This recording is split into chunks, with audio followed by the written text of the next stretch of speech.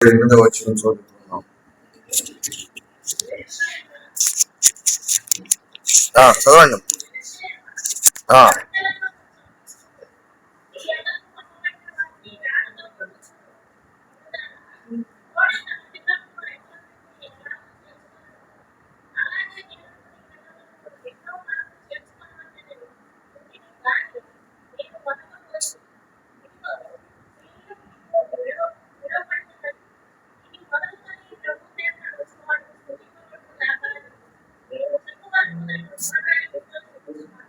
చదవండి.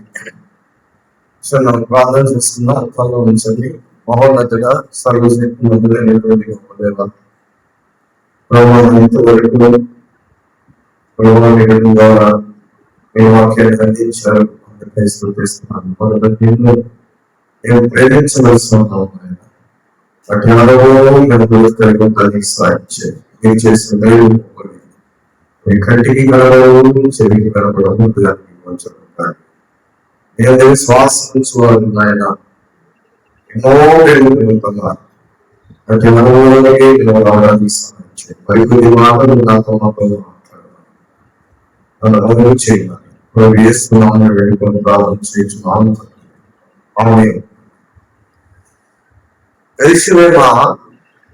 యెరూషలేమా ప్రవక్తలను చంపుచును, నీ యొద్దకు పంపబడిన వారిని రాళ్లతో కొట్టుచు నువ్వు ఉండుదానా? కోడి తన పిల్లలను రెక్కల క్రింద ఎలాగూ చేర్చుకున్నానో అలాగే నేను నీ పిల్లలను ఎన్నో మార్లు చేర్చుకునవలనని ఇంటిని కానీ మీరు వాళ్ళకురి. యెరూషలేము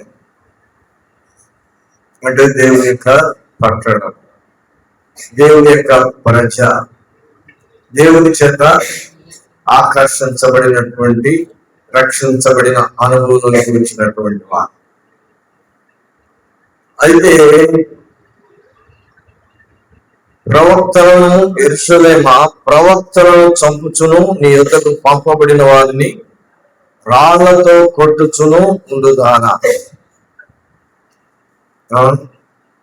దేవుని యొక్క సేవ, దేవుని యొక్క సేవకులు, దేవుని యొక్క మాటలు అందిస్తున్నటువంటి వారిని అడ్డుపరుస్తున్నటువంటి వారు, ఆటంకపరుస్తున్నటువంటి వారు. యెరూషలేము గురించి అవి నాకు అక్కడున్న యెరూషలేము కాదు. ఈ విధంగా కూడా దేవుని వాక్యాన్ని ఆటంకపరుస్తున్నటువంటి వారు, వారిని చంపుతున్నటువంటి వారు. అంటే మనుషులు చంపడం కాదు, వాక్యాన్ని అందించకుండా వారిని ఆపుతున్నటువంటి వారు మనం అర్థం చేసుకోవచ్చు. రాళ్లతో కొట్టుచు ఉండు దానా, కోడి తన పిల్లలను రెక్కల క్రింద ఎలాగూ చేర్చుకున్నానో అలాగే నేను నీ పిల్లలను ఎన్నో మార్లు చేర్చుకోవాలని ఉంటుంది కానీ మీరు వాళ్ళకు ఎన్నో మార్లు దేవుడు లోకమును ఎంతో ప్రేమించాలని దేవుడు మాట్లాడుతుంది. దేవుని యొక్క ప్రేమ గురించి ఇప్పుడు మనం విన్నాం. దేవుడు మనల్ని ఎంతగానో ప్రేమించాడు. దేవుని యొక్క శక్తి ఎంత, దేవుని యొక్క బలం ఎంత, ఎవరు ప్రియగలరు, ఎవరు కొలవగలరు? దేవుని యొక్క ప్రేమను ఎవరు చెప్పగలరు? ఆయన పరిమాణం, ఆయన ప్రేమ ఎంత చెప్పగలరు? ఆయన దేవుని యొక్క వాక్యాన్ని అందిస్తున్నటువంటి వారిని ఏం చేసింది లోకం? మనుషులు చెప్తున్న, ప్రవక్తలు చెప్తున్నప్పటికీ కూడా వినని స్థితిలో దేవుడే తాను ఈ లోకానికి వచ్చినప్పటికి కూడా దేవుడిని కూడా ఏం చేశారండి? లోకం దేవుడిని కూడా చంపివేసింది. అయితే దేవుని యొక్క శక్తి ఏమిటంటే శరీరం కాదు, కేవలం ఆత్మ.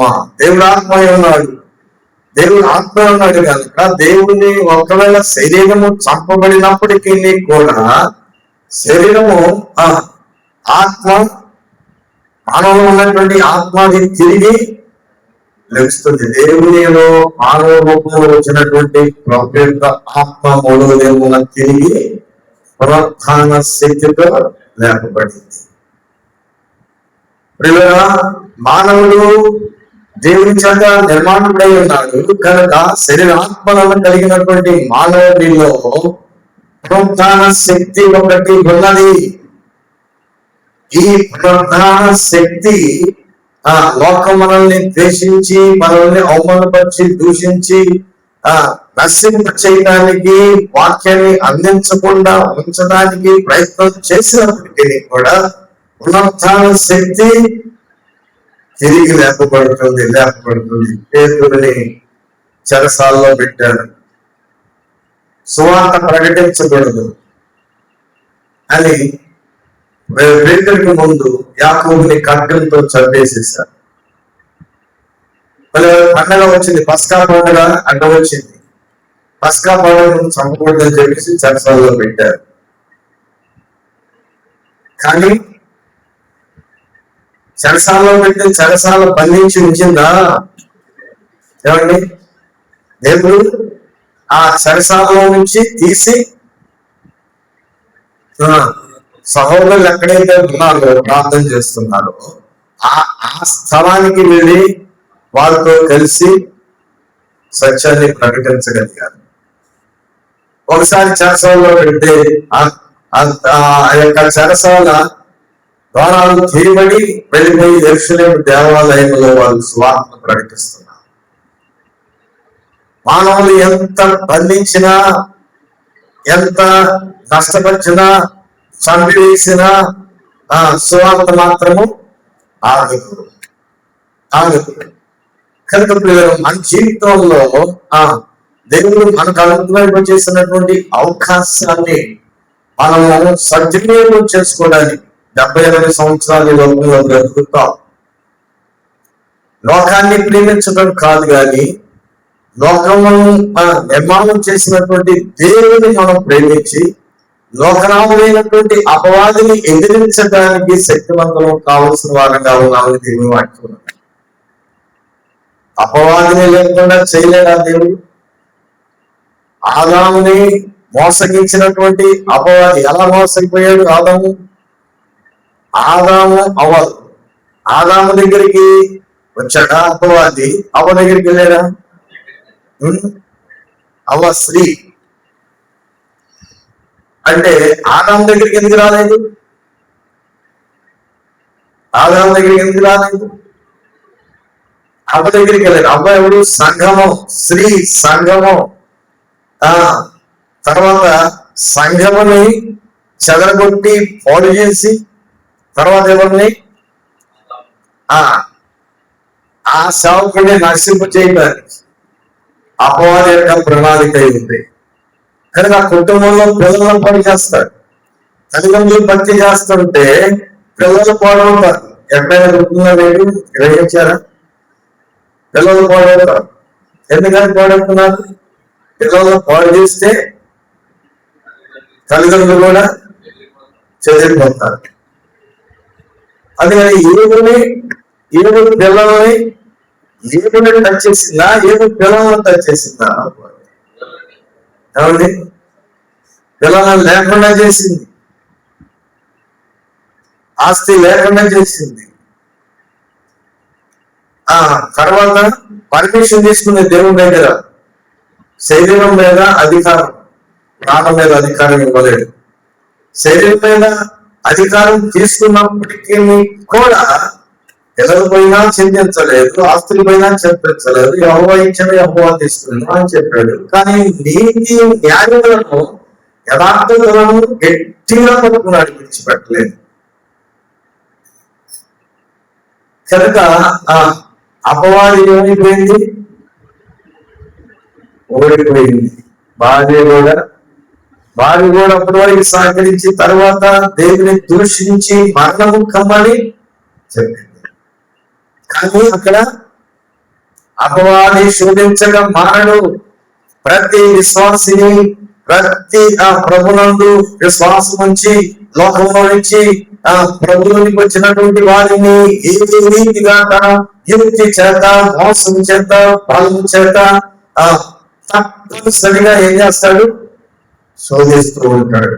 ఆ శోధనలో దేవుని యొక్క నుంచి వచ్చినటువంటి నీతిని నువ్వు పట్టుకున్నట్లయితే పడిపోవు. కానీ పడిపోవడానికి కారణము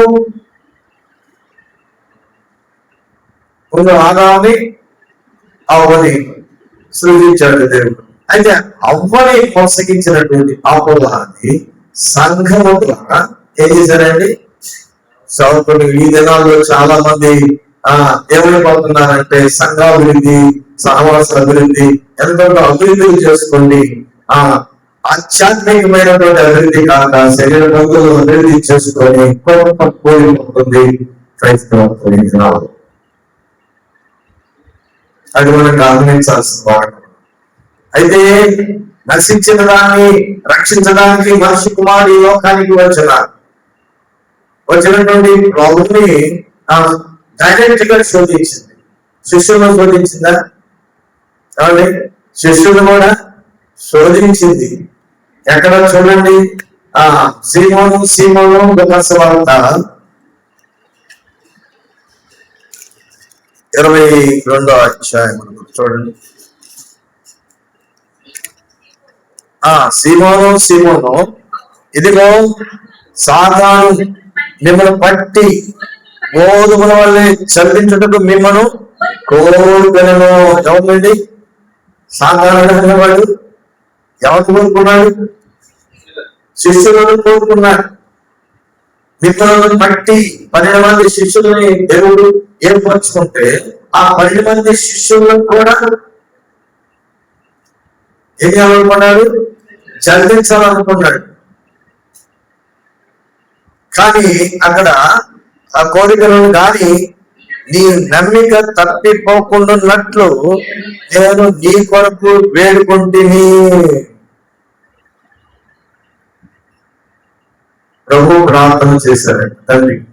తండ్రి కూడా పాశ్రంలో కూర్చొని పరిశుద్ధుల కొరకు ప్రభు జ్ఞాపన చేస్తున్నాడని కూడా ఈ లోకంలో మనం ఆయన మానవుగా ఉన్నట్లయితే నీ కొరకు ప్రార్థన చేయకూడదు. కనుక ప్రభు ఇక్కడ తప్పిపోకున్నట్లుగా తండ్రిని వేడుకున్నట్లుగా దేవుడు వాక్యం ఉన్నది. అపవాది ఏముని ఆ సవాలకరమైనటువంటి జీవితము ఏమో విషయంలో ఆ నీతిని తను విడిచిపెట్టకుండా గట్టిగా పట్టుకున్నట్లుగా దేవుని వాక్యము ఉన్నది. కనుక అపవాది శోధిస్తాడు. నువ్వు భక్తి చేస్తుంటే నీ పిల్లలు పట్టుకుంటాడు. అప్పుడు పిల్లలను బట్టి నీవేమైపోతావు? పిల్లలు పోయిన సంధి యెహోవా ఇచ్చేవి యెహోవా తీసుకున్నాడు అని అది ఏం చేశాడు? ప్రభువు మాత్రం విడిచిపెట్టలేదు. దేవుడు విడిచిపెట్టలేదు. 200 ఆశీర్వాదం వచ్చినట్లుగా మనం చూస్తున్నాం. అయితే అపవాది యేసు ప్రభువుని కూడా శోధించుకుంటూ వచ్చాడు. 40 జన్మలు 40 రాత్రులు ఉపవాసం నుండి ఆయన ప్రార్థన చేసినప్పుడు అరణ్యంలో కొనిపోబడిను. అపవాది చేత ముమ్మారు శోధించబడను. అపవాది చేత శోధించబడినప్పుడు ముమ్మారు లొంగిపోయాడా? చూడండి, ఆదాము అక్కడ ఎవరి చేత శోధించబడ్డాడు? స్త్రీ అంటే అవ్వ చేత శోధింపబడి నష్టపోయాడు. కానీ ప్రభు ఏం చేశారు? ఎదిరించారు. 3 సార్లు శోధిస్తున్నాడు. ఏమిటి? ఈ రాళ్ళను రొట్టెలుగా చేసుకుని ఆకలి ఉన్నప్పుడు చేయలేదా? చెప్పండి, చేయలేదా? సమస్తము చేసినటువంటి దేవుడు సమస్తము చేయగలడు. కానీ చేశాడా? చేయలేదు. మనుషులు వాళ్ళు మాత్రమే కాదు, కానీ దేవుని నోటి నుండి వచ్చి మాట వల్ల జీవించు అని చెప్పాడు. మరొకటి తీసుకుని వచ్చింది.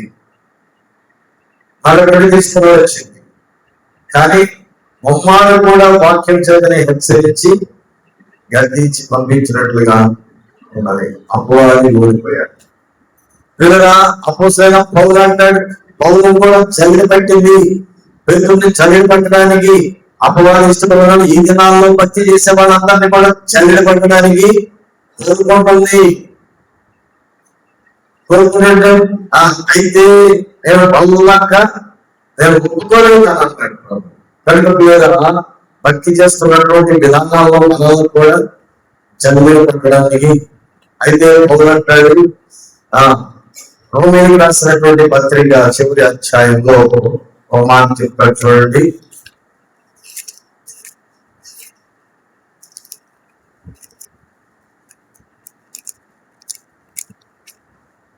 ఆ 16వ అధ్యాయము 20వ వచనం, సమాధానకర్త అయినటువంటి దేవుడు సాధారణము మీ కాళ్ళ క్రింద శీఘ్రముగా చిత్తగా తొలగించును. ఎవరి కాళ్ళ కింద అండి? ఎవరి కాళ్ళ కింద? సమాధానకర్త దేవుడు సాతానును ఎవరి కాళ్ళ కింద? చెప్పండి. దేవుడు సాతాన్ని ఓడించడం, జయించడం గొప్ప విషయం ఏం కాదు. ఎవరి కాళ్ళ కింద? ఎవరిని మోసగించారో అపవాది వాళ్ళ కాళ్ళ కిందే సాతానుని చిత్తగా త్రొక్కించును. అది ఏదో మాట్లాడుతున్నా, సూర్యులు గీరులు అంతా వచ్చి ఏదో మాట్లాడుతుంటే, అరే నేను కాదురా, నా పిల్లలు కాదురా నీకు. ఏమంటారు? మా అబ్బాయి చాలు, మా వచ్చాడంటే చాలు, నీ అంతు చూస్తాడు, నేను లేడినా అని అంటారా లేదా? చాలు. అలాగనే దేవుడు ఏంటంటే తన యందు విశ్వాసం ఉంచి తన పరిశుద్ధతలోనికి వెళ్ళినటువంటి వ్యక్తిని వాళ్ళ ద్వారా అపవాదిని ఏం చేయాలని, అందుకని లోకాన్ని జయించినటువంటి విజయము యేసుక్రీస్తు ప్రభువు. ఆయన విశ్వాసం ఉంచడంలో లోకాన్ని నువ్వు జయిస్తావు. లోకాన్ని జయించడం దేవుని వాక్యం. ఇప్పుడు మనము నా దేవుని సాధకులు మాట్లాడినాం. వాక్యం చెప్పడం చాలా తేలిగే, కానీ జీవించడం అనేది అపవాది దగ్గరికి వచ్చినప్పుడు అది చెయ్యి, ఇది చెయ్యి అంటే దాన్ని కాల్తో తాగుతున్నావా లేకపోతే తల మీద పెట్టుకుంటున్నావా? ఏమండి, ఏం చేస్తున్నా? మనకది అది చేయించాలి, ఇది చేయాలి, అది చేయాలి, లోక ఆచారాలు, లోక పద్ధతులు, లోక వంశాలు అనేకమైనవి. వాటిని తీసేసుకోమంటే అవన్నీ కావాలి, ఇది కావాలి. ఎక్కడున్నారు? ఎన్నిసార్లు ఎన్నో తన రెక్కల చోటున ఉండాలని ఎంత ప్రయత్నం చేసినా కానీ లోపట్లేదు. కోడి తన రెక్కల కింద తన పిల్లలను కాయటకు పిల్లలను ఎన్నో మార్లు చేర్చుకునే వాళ్ళని ఇంటిని, కానీ నీవు వాళ్ళకపోతే దేవుడు మనల్ని దర్శిస్తున్నాడు. దేవుని వాక్యం ద్వారా దేవుని సేవకులు మాట్లాడుతున్నటువంటి ఆ మాటల ద్వారా మనల్ని దర్శిస్తున్నప్పుడు మనము వాళ్ళక మన ఇష్టమైపోయింది, మన మీద మనం ఇష్టం. నీకు నీ మీద స్వాతంత్రం ఎవరు ఇవ్వబడింది? ఎవరిచ్చారు? నీవు దేవుని చేత కొనబడినటువంటి వ్యక్తులు కదా, దేవుని సొత్తు కదా. దేవుని సొత్తు, దేవుని యొక్క విరిగడిలో జీవించవలసినటువంటి వారుగా ఉన్నాం. కానీ ఏమైపోయింది? అది రాత్రి చెప్పుకున్నాం. మేలిమి బంగారము మేలిమి బంగారం అంటే ఏర్పరచబడిన నీళ్లు. ఎక్కడి నుంచి తీయబడిందండి బంగారం? ఎక్కడి నుంచి తీయబడింది? ఏ లోహమైనా కానీ ఉదయం తీయబడింది. మేలిమి బంగారాన్ని మేలిమి బంగారం చేశాడు దేవుడు. మేలిమి బంగారం అంటే పుట్టమ వేయబడినటువంటి బంగారము 7 సార్లు పొట్టం వేస్తే అది ఏమైంది? మేలిమి బంగారం అయింది. మేలిమి బంగారం ఏమైందండి? చూడండి, విలాప వాక్యాలు 4వ అధ్యాయము.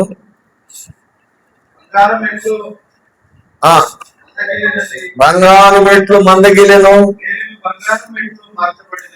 మేలిమి బంగారం మెట్లు మార్చబడినది. చూడండి, మేలిమి బంగారం ఎట్లు మార్చబడినది, మందగిలినది. దేవుడు ఏర్పరచుకున్నటువంటి ఈ యొక్క వారిని ఎందుకు మందగిలింది? దేవునితో సహవాసం లేకపోవడం వలన. బంగారానికి ఎంత విలువ ఉంది భూమి మీద, లోహంలో? కాబట్టి అన్ని లోహాల కంటే విలువైనది బంగారం. ఈ బంగారము మందగిలటం ఏమిటి? ఈ బంగారము మారడం ఏమిటి? ఇది ఎందుకు మార్చబడినది? దీనికి కారణం ఏంటి?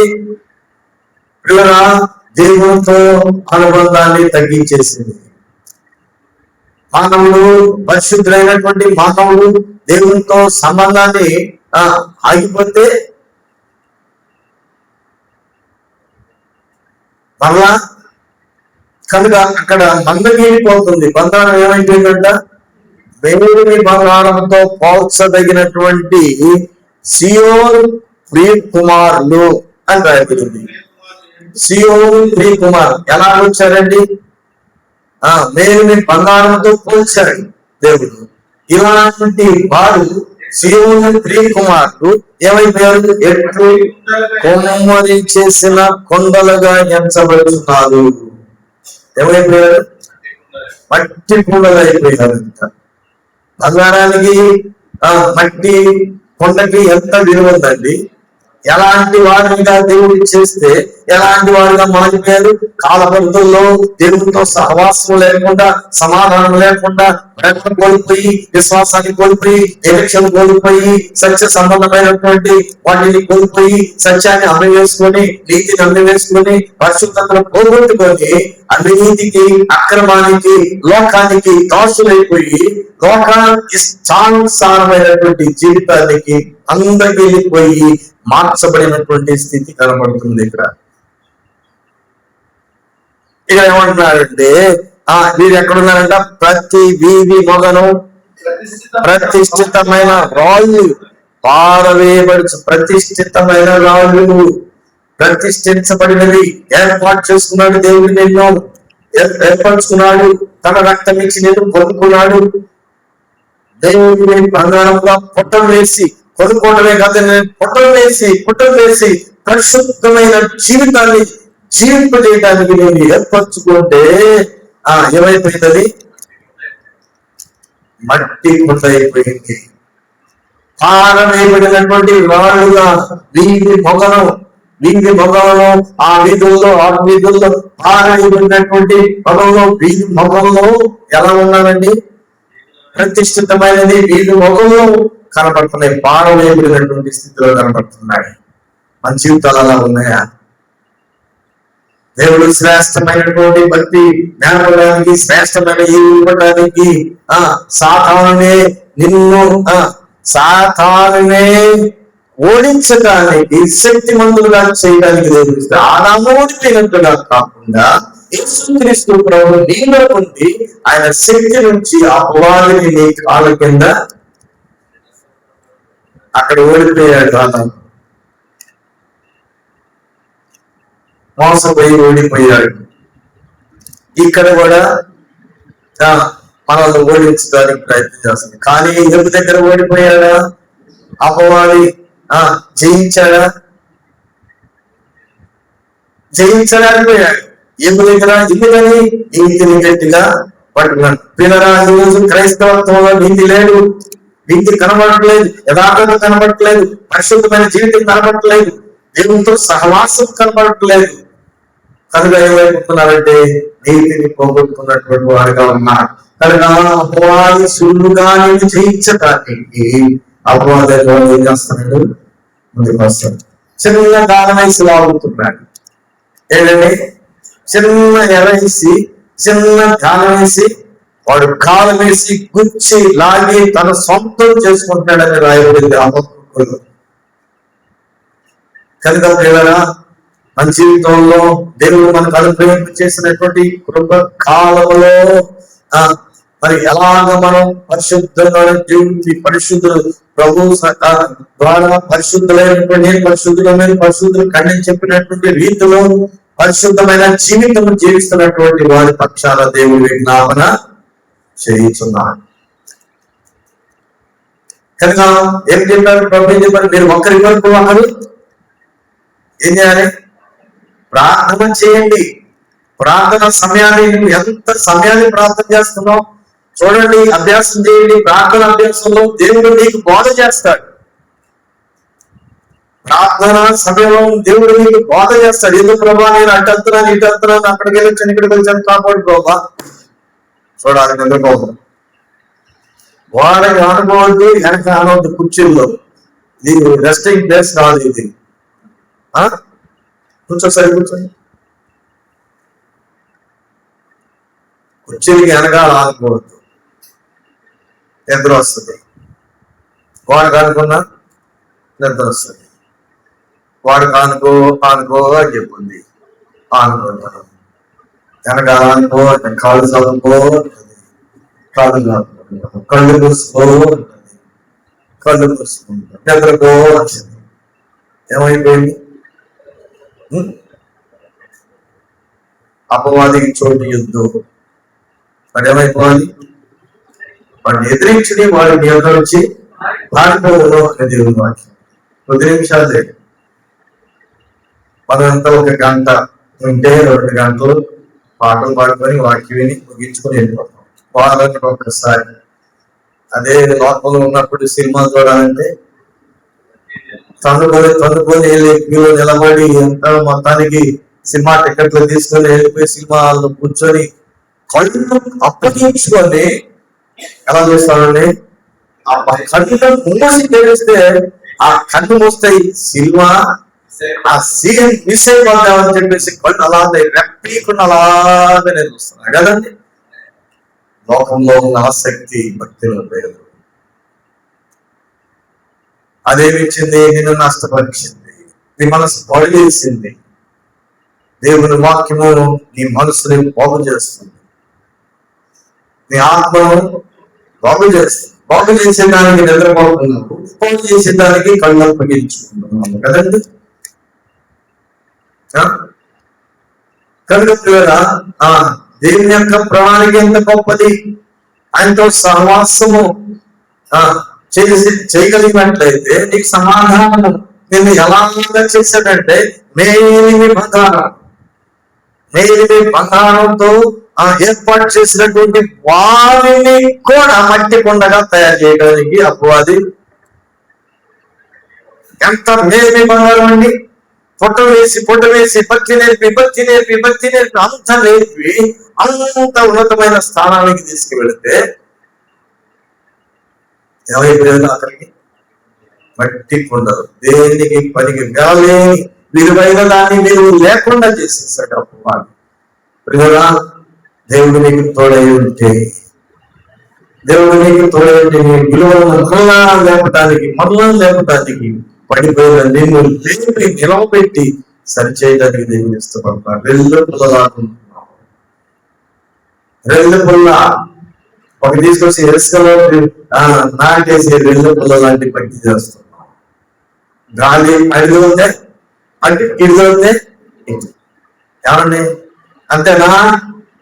వచ్చి మందిరంలోకి వచ్చి అందరికంటే నేనేం ప్రథమ అని చెప్పుకోవడం. అన్ని లోక కార్యాలు కావాలి, దేవుడి కార్యాలు కావాలి. అవి కావాలి, దేవుడు కావాలి, లోకం కావాలి. లోకాచారాలు, లోక పద్ధతులు ఇవన్నీ కూడా దేవుడికి ఇష్టమైనవి కాదు. మీరు పారంపర్యాచారాలు, ఆ పద్ధతులు మీరు అనుసరిస్తున్నారు, దేవుడి వాక్యాన్ని నిరర్థకం చేస్తున్నారని దేవుడి వాక్యం ఉంది. వాటిని తల మీద పెట్టుకుంటున్నాం. కానీ ఏదైనా అవసరం వచ్చినప్పుడు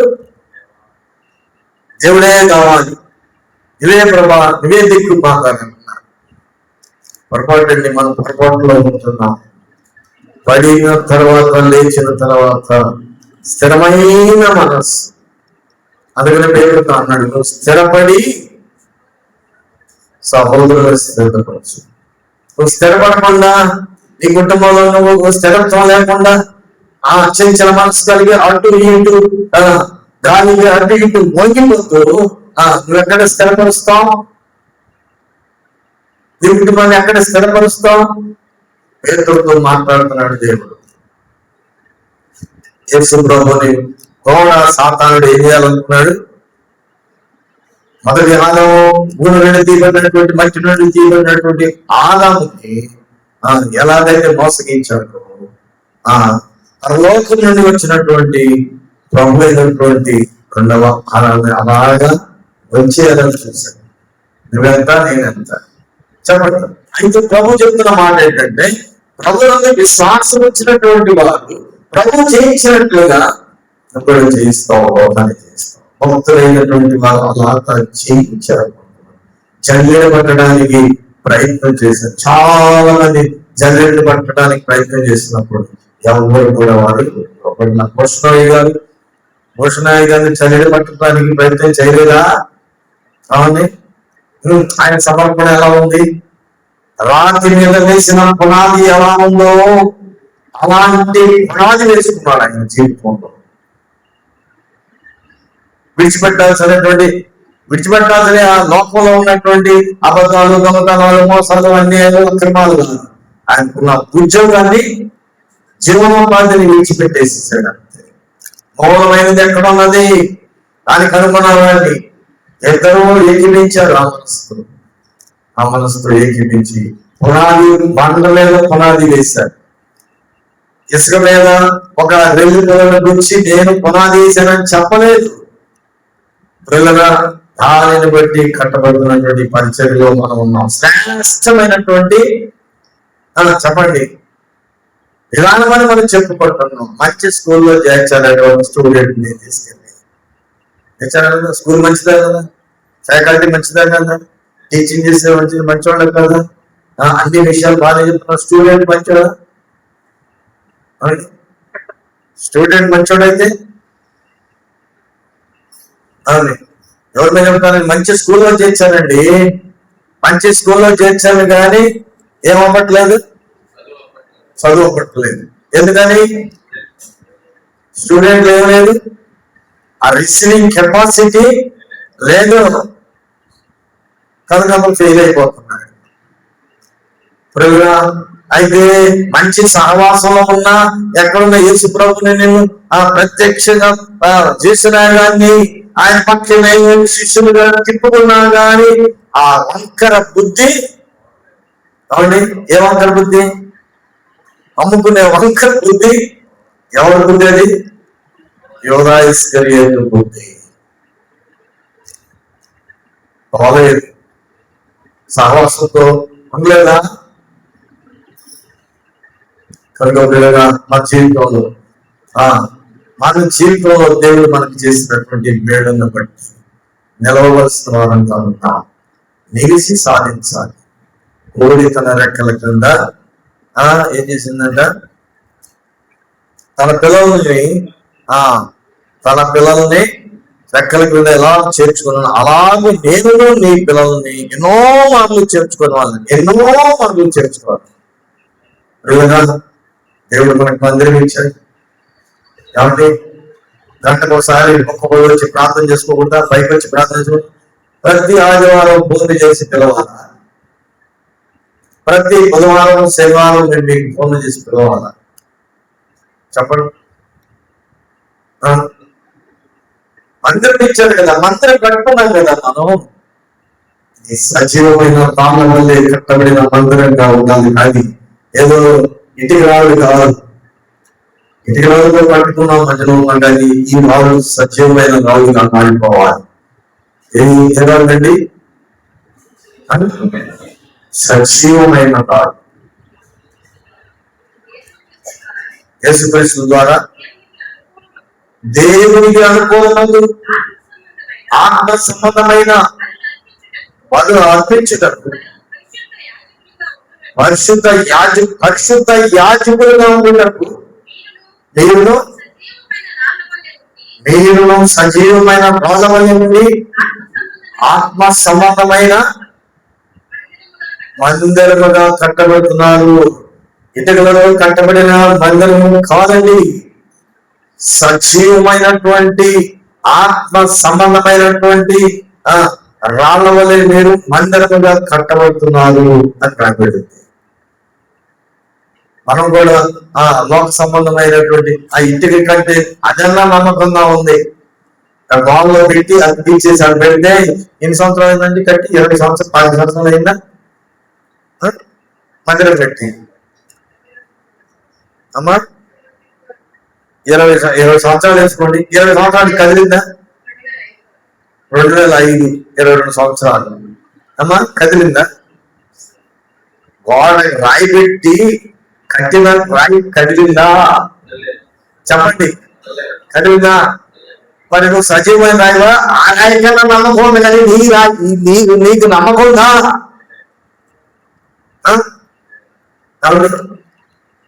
కదిలేవా కదలలేదా?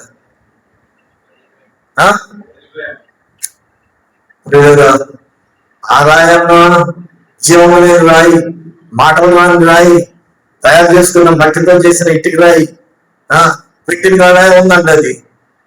అది పెట్టిన కాడే ఉంది. కానీ ఈ రాయి అన్నిటికీ కదిలిపోతుంది. ఏది చూస్తే అది ఆకర్షణీయం, ఏది చూస్తే అది కదిలిపోతుంది. మన జీవితంలో దేవుడు మనం అనుగ్రహం చేసే కృప కావాలంలో దానికంటే ఉన్నతమైన వారము, ఆ రాయి కంటే ఉన్నతమైన కదా చెప్పండి. సృష్టి యావత్తు కూడా మానవుడు పొందబోతున్నటువంటి ఆ మహిమలోకి వెళ్ళాలని ఆశపడి అది చూస్తున్నాక దేవుడు అనుగ్రహింప చేసిన మహిమలోకి నేను కూడా చేరాలనే ఉద్దేశంతో సృష్టి చూస్తున్నాను. మనం ఏమైపోయాం? మట్టి బంగారంతో పోల్చదగినటువంటి సియోను కుమారుడు ఏమైపోయారంట? మట్టి కుండలైపోయారు.